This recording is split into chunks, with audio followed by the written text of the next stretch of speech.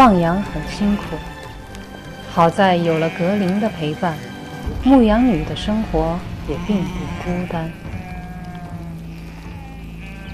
可是这天早上，格林却一反常态。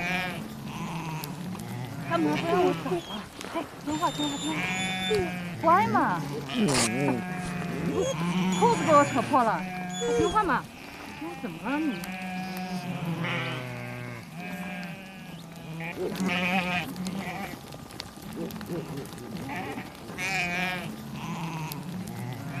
怎么了这？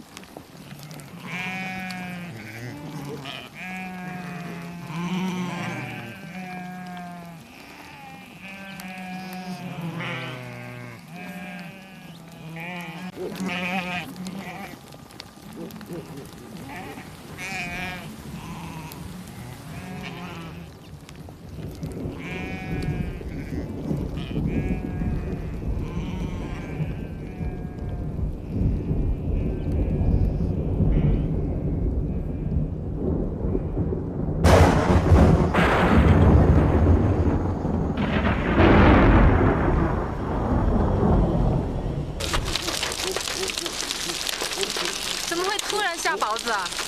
哎呦，好大的雪珠子！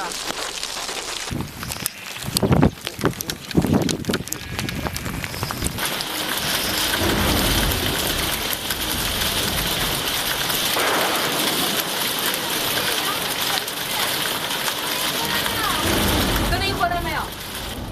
没看见，啥也不用担心。还有一些羊没回去，还有几只羊，我看人在山那边。身上湿透了。赶紧擦擦吧，我给你煮面。高压锅煮面。要煮多久？不知道，没煮过。这才下午3点过，我下来的时候我已经什么都看不见了。就最后的时候，我瞟见有几个白点在山那头，应该是羊。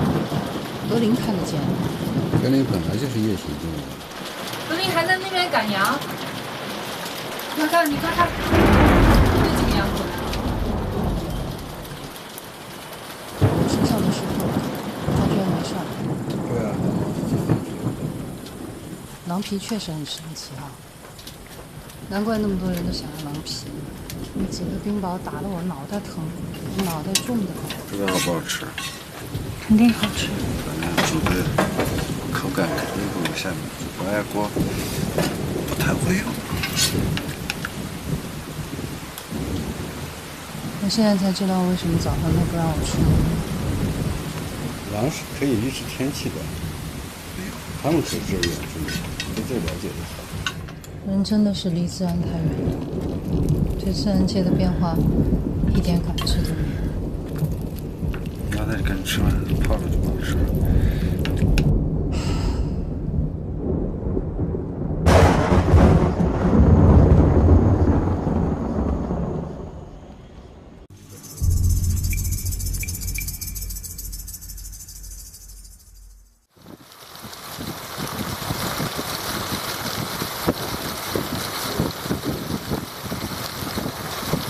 在扎西牧场放羊途中，一场突然袭来的冰雹让唯一患上了感冒，他不得不带着格林重新返回敖城养病。自从唯一生病以后，格林就一直守在唯一窗前，哪怕刮风下雨也不离开。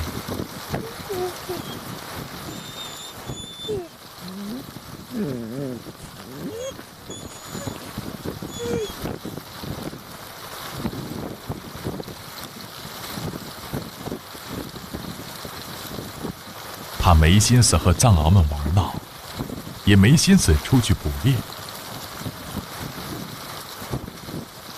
他似乎在担心，一转身就再也见不到唯一了。我舍不得离开格林，回城看病，一直以为自己能扛过去。然而，几场霜冻之后，气温骤降，唯一的病情越拖越严重，恶化成了高原致死性的疾病——肺水肿。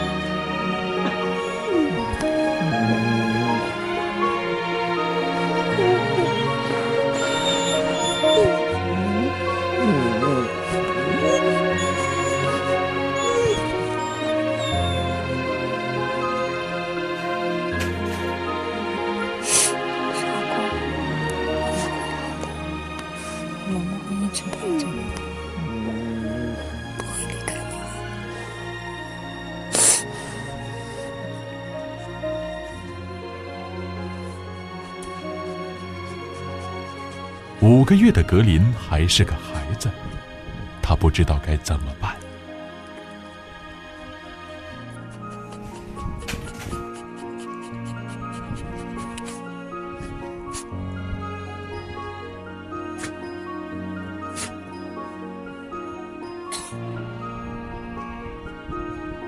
在狼的概念中，能吃就能活。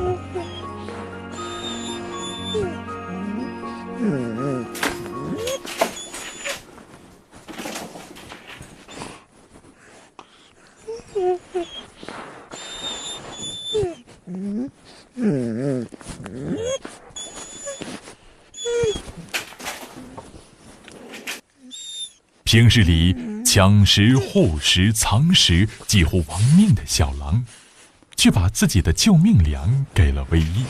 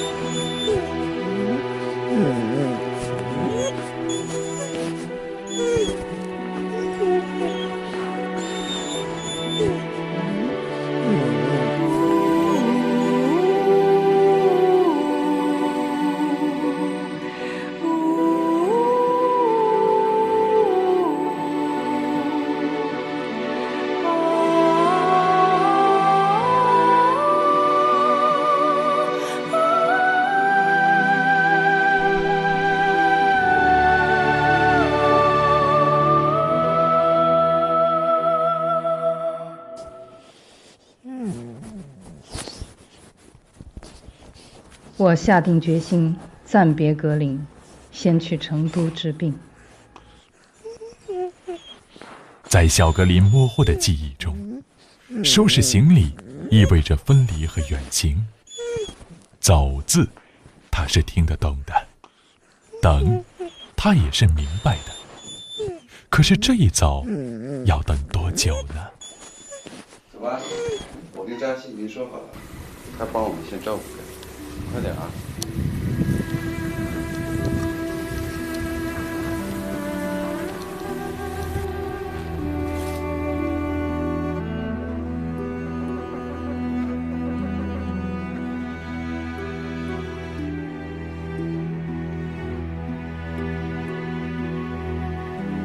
快回去，格林！格林，快回去！格林不追听话。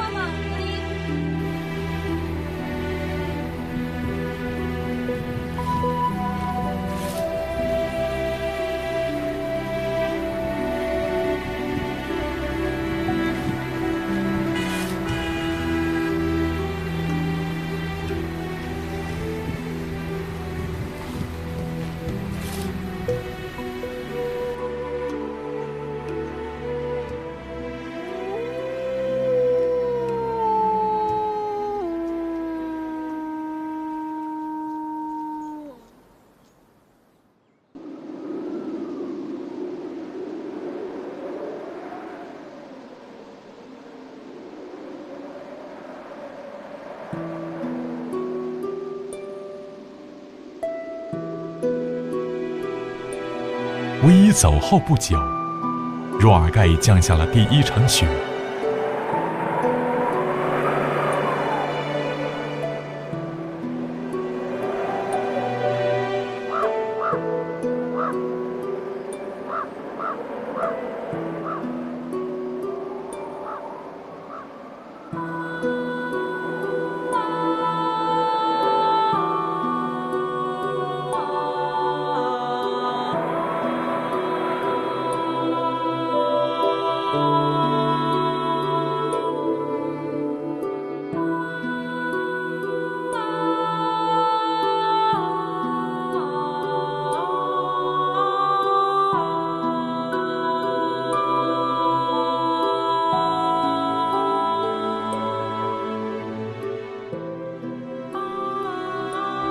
牧民朋友告诉我，他每天都会到山坡上望着公路尽头我最后离开的方向。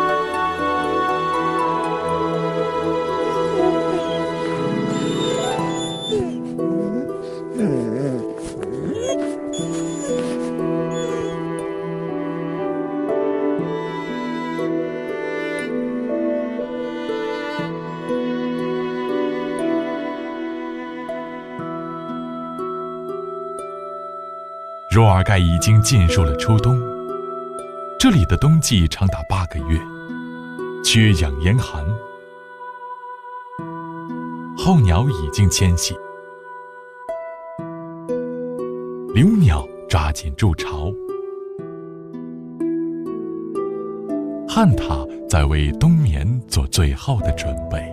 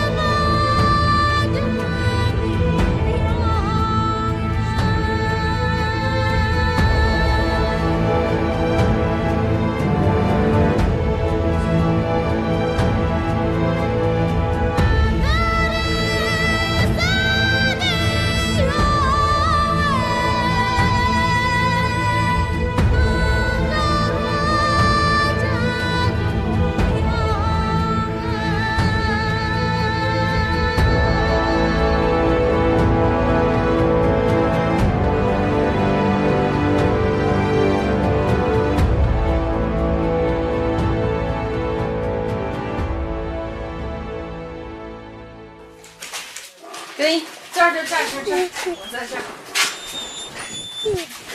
长得真漂亮。哎呀，其实也得很长大了。哎呀，其实呀，好久没看妈妈了。他以为我死了。让我看看你牙齿好没？他换了牙了，他换的牙在哪儿？看见没？从小就抢镜头。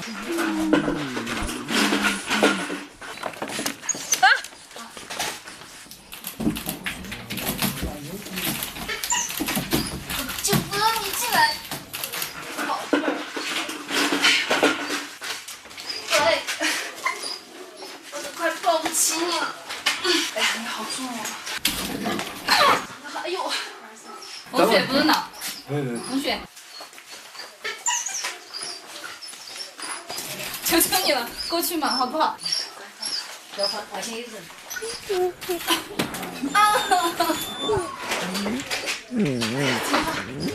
放这儿，放这儿，我马上进来。好重啊，死重，特别是他手撑在这儿的时候，你根本过不去。他以为我死了，这么长时间了，他不知道我去了哪儿，没有人能告诉他我去了哪儿。他一定是承受了太多的分离了，害怕再失去，也没有人会告诉他，他的那些藏獒兄弟都去了哪儿。6个，是不是有3个都送走了？最长毛的那个小皇帝那些都不在，卖了。只剩他们3个了。他叫小不点儿，他叫风雪。都散了。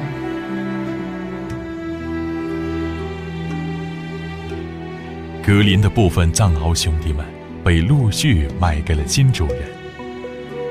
昔日喧嚣的獒场，再没有了獒追狼赶的热闹光景。格林越来越孤单。格林仅剩的玩伴就只有大中华了。大中华就是我们书里面的森格。中华，过来。大中华，那个大中华最大。讨厌你！你不进来，我出来陪你好了。然后我也记得皇帝，这一群藏獒都听皇帝的话。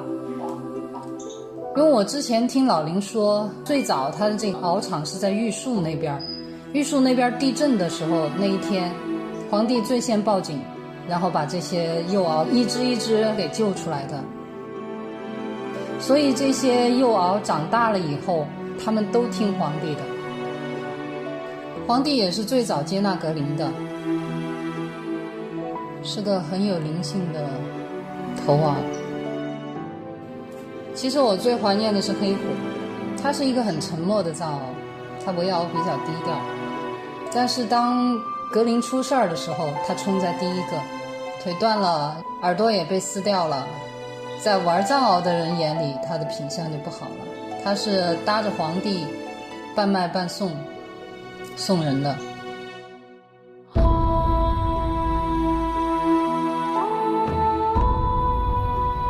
至于去了哪儿，听说是北京或者是新疆什么地方。格林懂他的情，但是现在他们都散了，獒场里面再也没有往日那种你追我赶，格林一个人在前面跑，后面跟着一群狗仔队的热闹情景，再也没有，都散了。风雪和小不点2只母獒都怀孕了，关进了产房待产。我很难受的就是最后的时候都没能知道他们最终去哪儿了，抱一抱他们都不在了。谁能想到一个普普通通的分别就永世不再相见。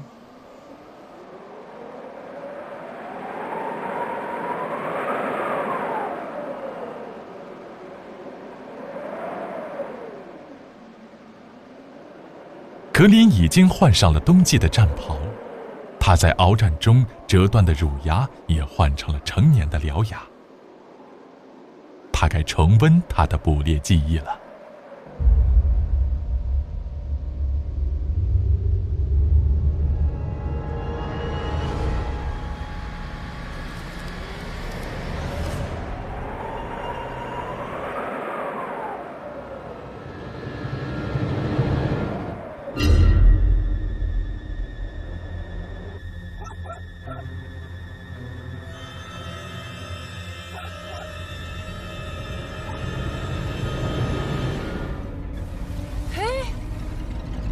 们是走向的。格林，你知道你在说什么吗？肚子让他吓跑了，怎么会这样？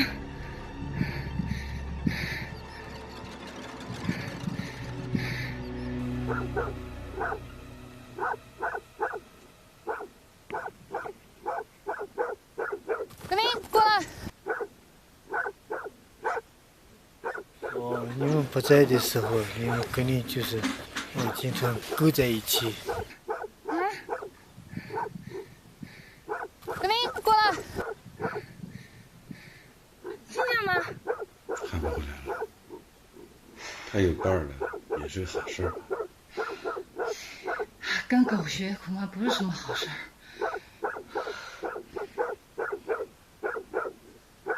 虽然捕猎失败是常有的事，但唯一察觉到格林变了，胖了，懒了，少年时的勇猛烈性淡了。由于趁在獒群中，他对自己的身份定位已经模糊。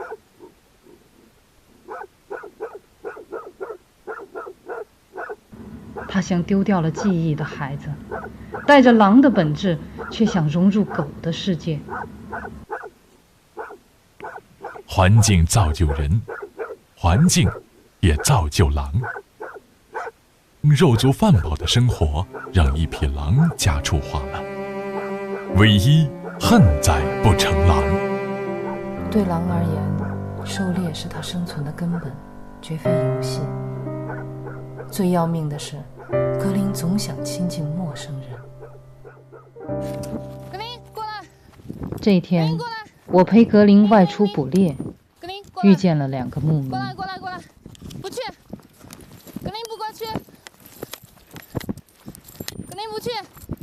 牧民一看有狼跑来，就掏出了狗棒。狗棒是草原上的杀伤性武器。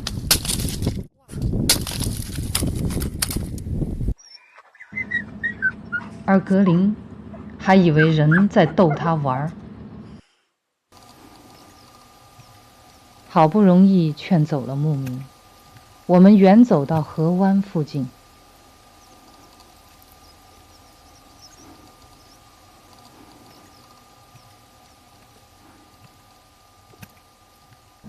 看见有人在凿冰取水，格林也渴了。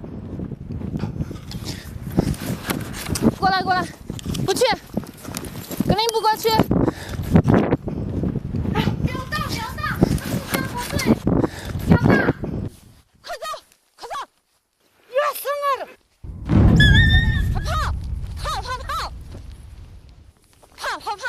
跑！格林过来，快跑！我怕的就是这个。狗不怕人没事儿，狼不怕人死定了。他根本就不知道自己是狼还是狗。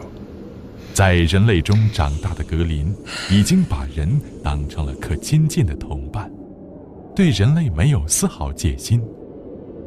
然而，人类却是对狼有着莫名的恐惧和憎恨。很少有人会觊觎野外的狗，但格林有狼牙、狼肉、狼臂石、狼皮，如果不懂得保护自己，很容易被诱杀。只有重返狼群，才能保证它的生存。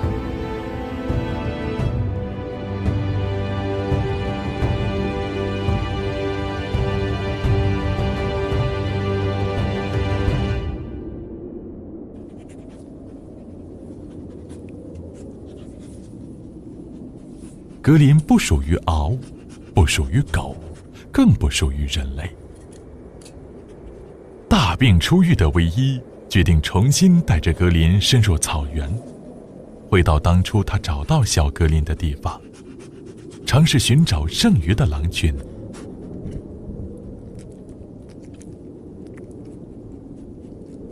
临行前，唯一特意领着格林与他的剩余的藏獒兄弟告别。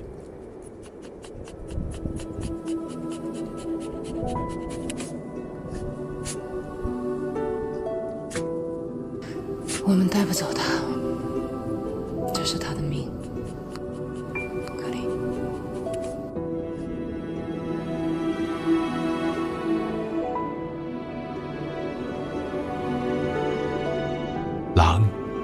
许会回归荒野，生死难料，人或许会回到城市，坠入坟马。藏獒们的未来又将如何？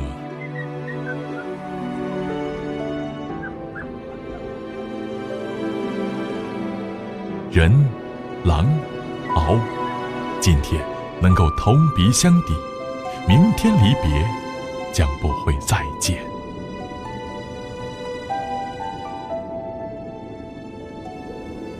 对不起。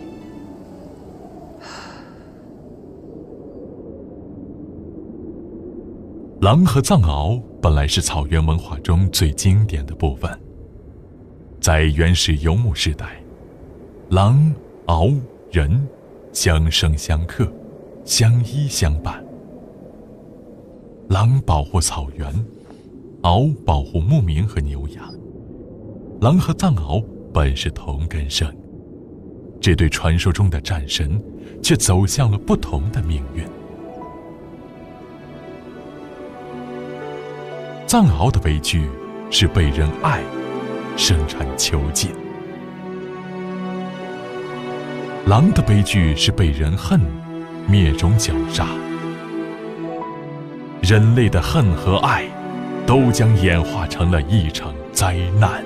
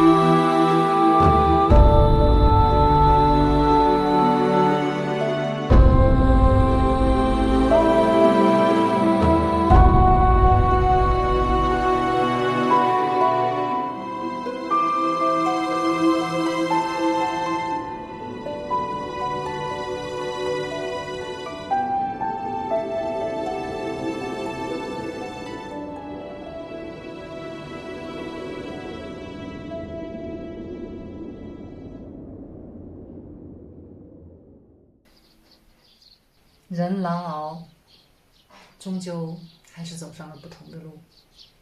当我回到獒场的时候，我知道黄帝、黑虎，他们都不在了。对格林来说，居然能够别后重逢，可是对于黄帝、黑虎，一个普普通通的分别，我们就永世不再相见了。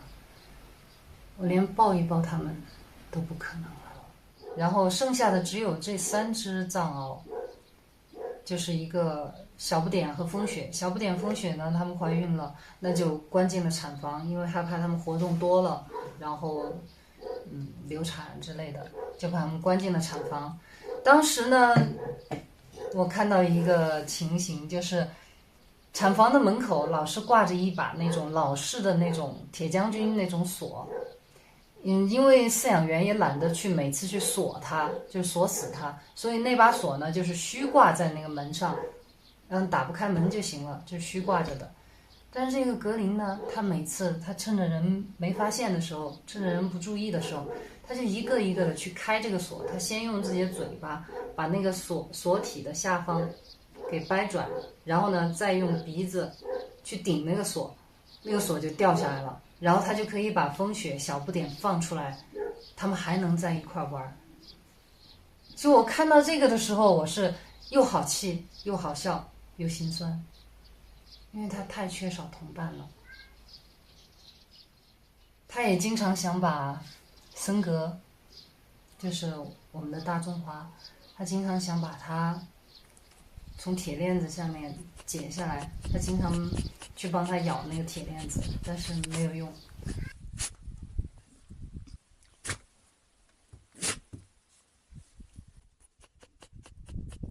我一直对大中华挺歉意的，因为大中华呢，他是这个群体当中的2当家的，他经常欺负格林，但是呢，其实他是一个非常憨厚，调皮，就是一个憨大个儿吧。他也很淘气，其实骨子里面像一个小孩一样的性格。我记得有一次，我喂这个中华，我当时手里面拿着一个大白兔，然后我想要喂这个中华给它吃，然后我剥掉上面的糖衣，喂给中华的时候，这个中华因为从来他就没见过奶糖，然后不知道这个大白兔奶糖到底是什么，他就嗅，闻到一股奶香，然后他觉得应该是好吃的东西，他也张开了嘴巴，等着我把这个糖放进去。然后就在这个时候，格林从旁边穿过来，一口就把这个糖给咬走了。那是我最后一颗糖。然后这下我也没办法，我跟那个中华一摊手，没了。然后中华最后把我手里的那个是糯米纸吧，还有糖衣给舔了一点上面的那个糖的碎渣，发现真的很好吃。于是他这一下更恨格林了，追着的咬。但是我那个时候就一直觉得啊，中华我真的我欠你一颗糖，我欠你一个大白兔。直到分开的时候，我都没能给他。从此以后，我们也再没见过了。在书里面，我把这个大白兔写的是巧克力，因为当时考虑到，如果我写大白兔的话，可能好多人会以为它是兔子。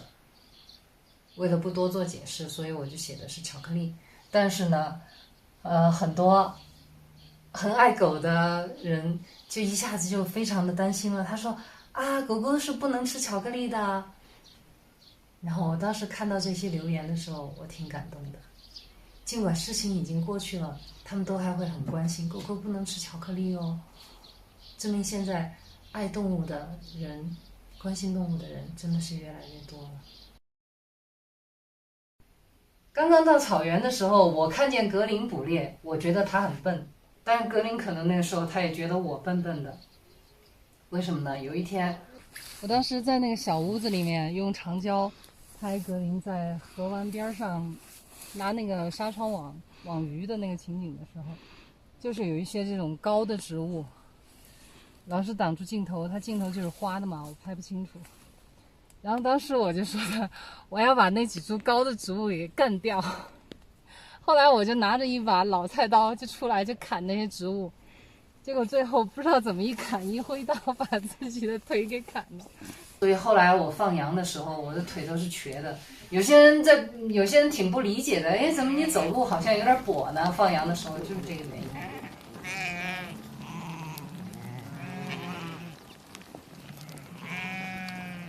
我现在腿上还有一个疤呢，我把自己的腿砍到了，不好意思说。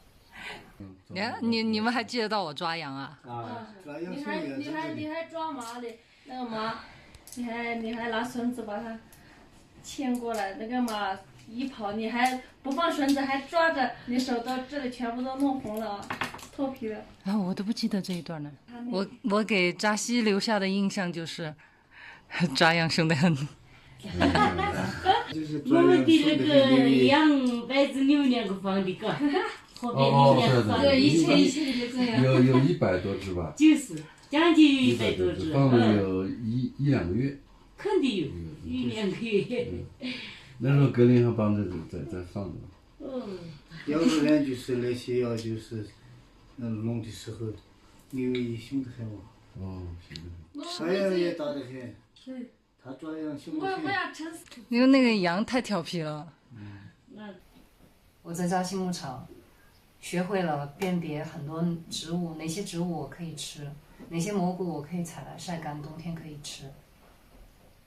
然后呢，我会烧牛粪，我会生火，我懂得在这个草原没有电的地方怎么用太阳能，怎么去接那些线，这些在城市里面我可能都学不到的一些本事，但是我在扎西牧场我都学到了。如果没有扎西牧场的这一段生活的话，我想我今后进入狼山，也许我也是死翘翘的。下一集，让我们陪着格林一起寻找狼群吧。